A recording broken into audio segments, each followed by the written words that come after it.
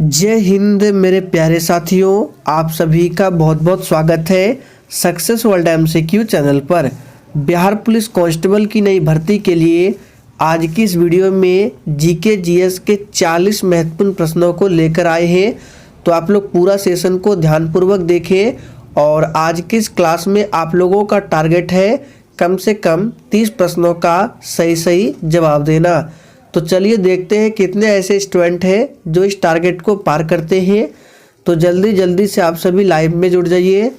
सभी को good evening. तो आज के सेशन का पहला प्रश्न आपके सामने है, कथकली नृत्य का संबंध किस राज्य से है। और दोस्तों, अगर आपको इन सेट में किसी भी प्रश्न का आंसर आता है तो आंसर करने के लिए आपको लाइव चैट का ऑप्शन मिलता है। प्रत्येक स्टूडेंट को लाइव चैट में आंसर करना है। तो पहले प्रश्न का आंसर क्या होगा, कथकली नृत्य का संबंध किस राज्य से है। तो जो ही बच्चे बी ऑप्शन दिए हैं बिल्कुल सही जवाब है। कथकली और मोहिनी अट्टम दोनों को ध्यान रखना है। कथकली और मोहिनी अट्टम ये दो नृत्य केरल की नृत्य है। ओडिसी ओडिशा का है। मणिपुरी नृत्य मणिपुर का है। कुचिपुड़ी पूछा जाता है, कुचिपुड़ी आंध्र प्रदेश का है। इन सभी प्रश्नों को ध्यान रखना है। दूसरा प्रश्न है, रासायनिक ऊर्जा को विद्युत ऊर्जा में परिवर्तित करता है। कौन करता है, बिल्कुल टॉप लेवल का प्रश्न है और यही सब प्रश्न एग्जाम में पूछा जाता है। चलिए आंसर कीजिए। रासायनिक ऊर्जा को विद्युत ऊर्जा में परिवर्तित करता है। तो बिल्कुल सही जवाब दिए हैं विद्युत सेल। विद्युत सेल क्या करता है, रासायनिक ऊर्जा को विद्युत ऊर्जा में परिवर्तित करता है। तीसरा प्रश्न है, अल कायदा किस देश का आतंकवादी संगठन है।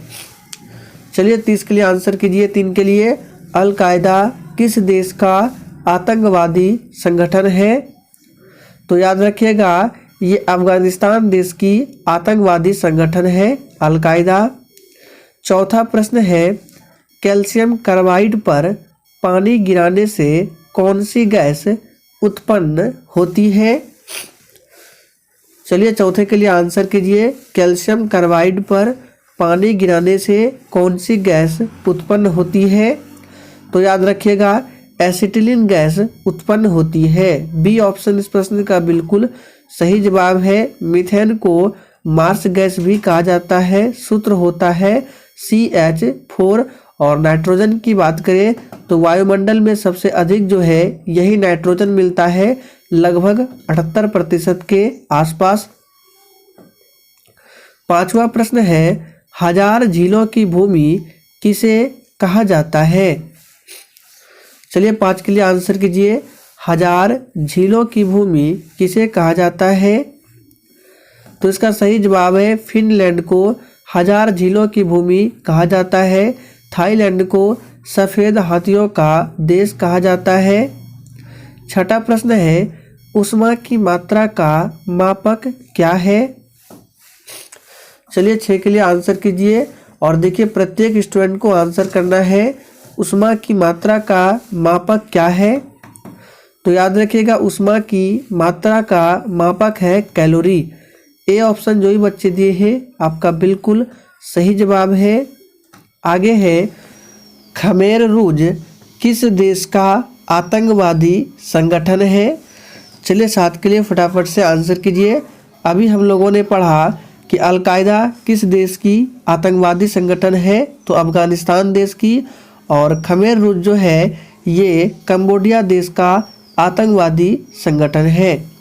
अगला प्रश्न है, ऑरेंज बुक किस देश का सरकारी दस्तावेज है। ये प्रश्न एग्जाम में पूछा जाता है। ऑरेंज बुक किस देश का सरकारी दस्तावेज है। तो याद रखिएगा ये नीदरलैंड देश का सरकारी दस्तावेज है ऑरेंज बुक। नेक्स्ट क्वेश्चन है, भारत रत्न पाने वाले पहले संगीतकार कौन थे। वेरी इंपॉर्टेंट प्रश्न है, इसको याद रखिएगा। भारत रत्न पाने वाले पहले संगीतकार का नाम क्या है। तो याद कर लीजिए पंडित रविशंकर भारत रत्न पाने वाले पहले संगीतकार थे। अगला प्रश्न है, विश्व दूरसंचार दिवस किस तिथि को मनाया जाता है? चलिए 10 के लिए आंसर कीजिए। विश्व दूरसंचार दिवस किस तिथि को मनाया जाता है? तो 17 मई को मनाया जाता है विश्व दूरसंचार दिवस। सैडलर आयोग का संबंध किससे है? चलिए 11 के लिए आंसर कीजिए। सैडलर आयोग का संबंध किससे है? तो याद रखिएगा, सैडलर आयोग का संबंध है शिक्षा से। ए ऑप्शन जो ही बच्चे दिए हैं आपका बिल्कुल सही आंसर है। उच्च ताप को किससे मापा जाता है?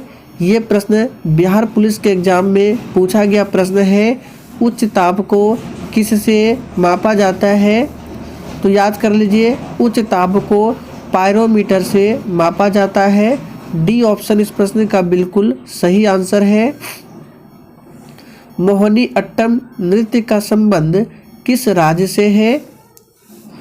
तो ऊपर ही हमने आपको बताया था मोहिनी अट्टम और कौन सा कथकली, दोनों को ध्यान रखना है। मोहिनी अट्टम और कथकली जो है ये दो नृत्य का संबंध है केरल से। यक्षगान पूछे यहाँ पे लिख देते हैं, यक्षगान का संबंध है कर्नाटक से। मणिपुरी नृत्य मणिपुर का है, ओडिसी ओडिशा का है। आगे देखिए, येलो बुक किस देश का प्रमुख सरकारी दस्तावेज है? चलिए 14 के लिए फटाफट से आंसर कीजिए और सोच समझकर आंसर करना है। और जो भी स्टूडेंट चैनल पर पहली बार आए हैं आपको बता दें, ये क्लास आपको डेली रात 8:30 बजे लाइव चैट के साथ मिलते हैं। तो टाइमिंग को आप सभी ज़रूर ध्यान रखें। तो अभी हमने देखा था ऑरेंज बुक, तो याद कर लीजिए दोनों प्रश्नों को। ऑरेंज बुक नीदरलैंड देश का प्रमुख सरकारी दस्तावेज है और येलो बुक जो है ये फ्रांस देश का है। अगला प्रश्न है, भारत में रुपया का सिक्का सर्वप्रथम किसके शासनकाल में ढाला गया था? मोस्ट इम्पोर्टेंट प्रश्न है, याद रखिएगा। भारत में रुपया का सिक्का सर्वप्रथम किसके शासनकाल में ढाला गया था? चलिए ऑप्शन दिखाते हैं। ऑप्शन यहाँ पे देख सकते हैं, चारों ऑप्शन है। चलिए आंसर कीजिए। तो 15 नंबर का आंसर जो ही बच्चे ऑप्शन डी को दिए हैं बिल्कुल सही जवाब है शेरशाह सूरी। शेरशाह सूरी का मकबरा पूछा जाता है, बिहार के सासाराम में है। आधा झुके हुए राष्ट्रीय ध्वज किसका प्रतीक है? चलिए 16 के लिए आंसर कीजिए। आधा झुके हुए राष्ट्रीय ध्वज जो है किसका प्रतीक है? तो इसका सही जवाब है ये राष्ट्रीय शोक का प्रतीक है, ध्यान रखना है। नेक्स्ट क्वेश्चन, एलपीजी में मुख्यतः कौन सा गैस उपस्थित रहता है? चलिए आंसर कीजिए फटाफट से। एलपीजी में मुख्यतः कौन सा गैस उपस्थित रहता है? ये प्रश्न बार बार एग्जाम में पूछा जाता है, याद रखिएगा। इसमें मुख्य रूप से ब्यूटेन पाया जाता है। आगे देखिए, बेकिंग सोडा का रासायनिक सूत्र क्या है? बिल्कुल टॉप लेवल का प्रश्न है, एग्जाम में छपने वाला प्रश्न है, आंसर कीजिए। बेकिंग सोडा का रासायनिक सूत्र क्या है? तो देखिए बी ऑप्शन जो है ये कास्टिक सोडा का है। सी ए ऑप्शन जो है CaCO3 ये किसका है? संगमरमर का बोले या चूना पत्थर, एक ही बात है। CaCO3 ये कैल्शियम कार्बोनेट यानी चूना पत्थर संगमरमर का सूत्र है। तो ए नहीं होगा, बी भी नहीं होगा, तो क्या होगा? और डी जो है ये सल्फ्यूरिक अम्ल का है। तो बचा NaHCO3 सोडियम बाइकार्बोनेट, ये क्या है? बेकिंग सोडा का रासायनिक सूत्र है, ध्यान रखना है। आगे है, यांत्रिक ऊर्जा को ध्वनि ऊर्जा में कौन परिवर्तित करता है? चलिए आंसर कीजिए। यांत्रिक ऊर्जा को ध्वनि ऊर्जा में कौन परिवर्तित करता है? तो याद रखिएगा, यांत्रिक ऊर्जा को ध्वनि ऊर्जा में बदलता है कौन? तो ये सितार बदलता है। नेक्स्ट क्वेश्चन, LTTE किस देश का उग्रवादी संगठन है?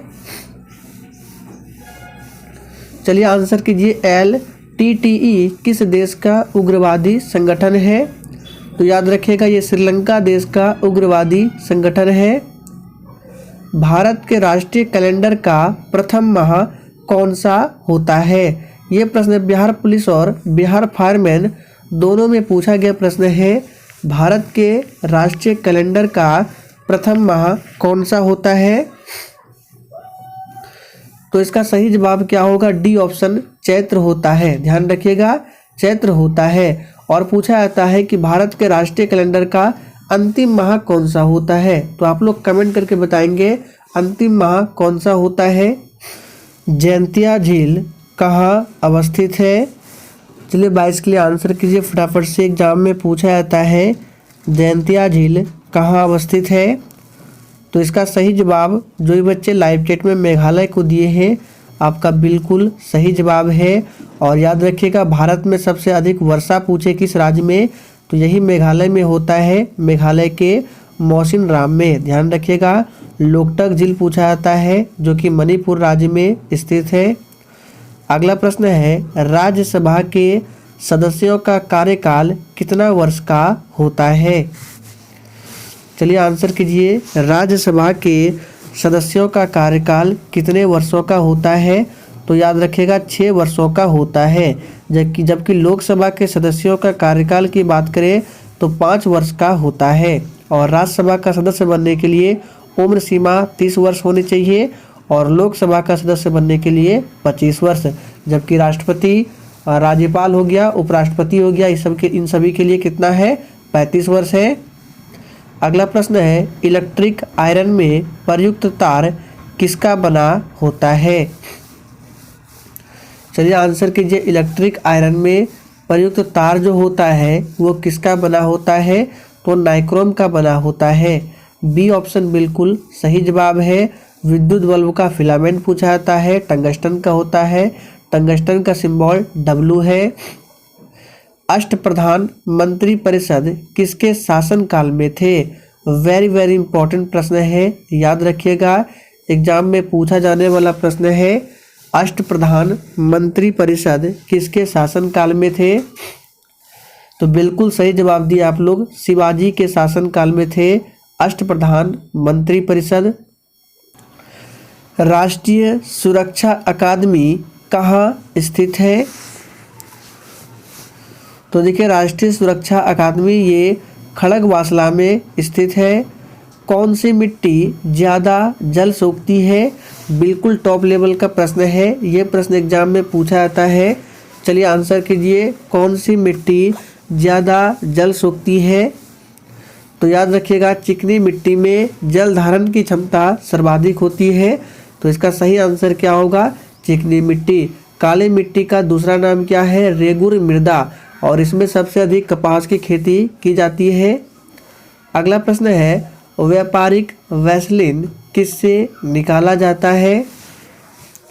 चलिए 28 के लिए फटाफट से आंसर कीजिए। सोच समझकर आंसर करना है। आप लोगों का टारगेट है कम से कम 30 प्रश्नों का सही आंसर करना। तो देखिए, व्यापारिक वैसलीन किससे निकाला जाता है? याद रखिएगा, इसका सही आंसर है पेट्रोलियम से निकाला जाता है। LPG का फुल फॉर्म होता है लिक्विफाइड पेट्रोलियम गैस। इटली तथा ईरान का प्रमुख सरकारी दस्तावेज कौन सा है? चलिए आंसर कीजिए। इटली तथा ईरान का प्रमुख सरकारी दस्तावेज कौन सा है? ऑरेंज बुक किसका था? नीदरलैंड का। येलो बुक किसका था? फ्रांस का था।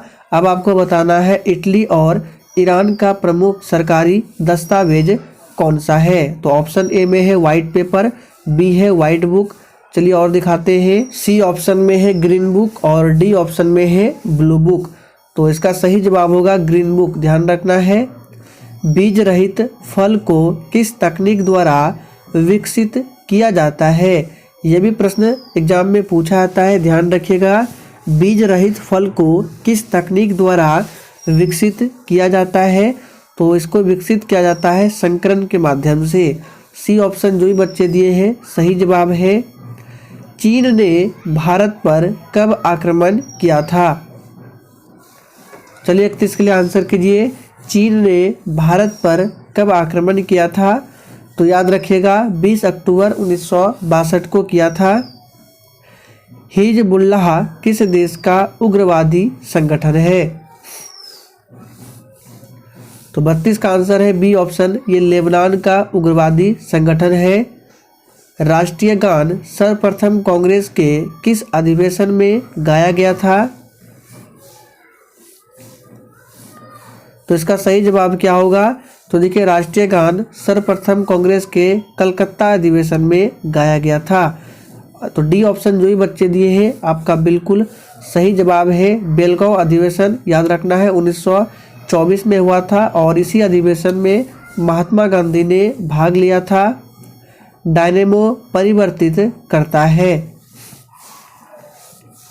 चलिए 34 के लिए आंसर कीजिए। डायनेमो परिवर्तित करता है, तो ये सभी को पता है। डायनेमो जो है यांत्रिक ऊर्जा को विद्युत ऊर्जा में परिवर्तित करता है, जबकि विद्युत मोटर विद्युत ऊर्जा को यांत्रिक ऊर्जा में परिवर्तित करता है। चलिए आगे देखते हैं। भारी जल का आणविक सूत्र क्या होता है? तो ध्यान दीजिए, भारी जल का आणविक सूत्र होता है D2O, जिसको बोला जाता है ड्यूटेरियम ऑक्साइड, और इसका अनुभार भी पूछा जाता है जो कि 20 होता है। जबकि साधारण जल की बात करें तो H2O अनुसूत्र है और अनुभार 18 होता है। माई एक्सपेरिमेंट विथ ट्रूथ के लेखक कौन है? यह प्रश्न एग्जाम में पूछा जाता है। चलिए आंसर कीजिए। माई एक्सपेरिमेंट विथ ट्रूथ के लेखक कौन है? तो 36 का आंसर क्या होगा? तो इस प्रश्न का सही जवाब हो जाएगा ऑप्शन ए, महात्मा गांधी। संविधान सभा के उद्घाटन अधिवेशन की अध्यक्षता किसने की थी? चलिए आंसर कीजिए। संविधान सभा के उद्घाटन अधिवेशन की अध्यक्षता किसने की थी? तो याद रखिएगा ये क्या था? डॉक्टर सच्चिदानंद सिन्हा। आपको याद होगा 9 दिसंबर 1946 को संविधान सभा की प्रथम बैठक होती है और इसी बैठक में डॉक्टर सच्चिदानंद सिन्हा को अस्थायी अध्यक्ष चुना गया था। जबकि इसके 2 दिन बाद 11 दिसंबर 1946 को संविधान सभा की दूसरी बैठक होती है और उसमें डॉक्टर राजेंद्र प्रसाद को अस्थायी सदस्य चुना गया था। तो ध्यान रखना है, वो अस्थायी पूछे डॉक्टर सच्चिदानंद सिन्हा, अस्थायी पूछे डॉक्टर राजेंद्र प्रसाद। भारत की सबसे ऊंची चोटी कौन सी है? चलिए 38 के लिए आंसर कीजिए। भारत की सबसे ऊंची चोटी कौन सी है? तो याद रखिएगा ये है K2। डॉक्ट्रिन ऑफ लैप्स, जिसको राज्य हड़प नीति कहा जाता है, इसको किसने लागू किया था? चलिए आंसर कीजिए फटाफट से। डॉक्ट्रिन ऑफ लैप्स, राज्य हड़प नीति को किसने लागू किया था? तो याद रखिएगा एग्जाम में काफ़ी बार पूछा गया है। सही जवाब है Lord Dalhousie. Lord William Bentinck को ध्यान रखना है। इनके द्वारा 1829 में सती प्रथा का उन्मूलन किया गया था राजा राम मोहन राय के सहयोग से। भारत एवं ब्रिटेन देश का प्रमुख सरकारी दस्तावेज कौन सा है? चलिए आंसर कीजिए। भारत एवं ब्रिटेन देश का प्रमुख सरकारी दस्तावेज कौन सा है? तो ये है वाइट पेपर। डी ऑप्शन इस प्रश्न का बिल्कुल सही आंसर है। तो दोस्तों आज के लिए इतना ही। सेशन पसंद आया हो तो सभी लोग लाइक करें और सेशन को शेयर करना ना भूलें।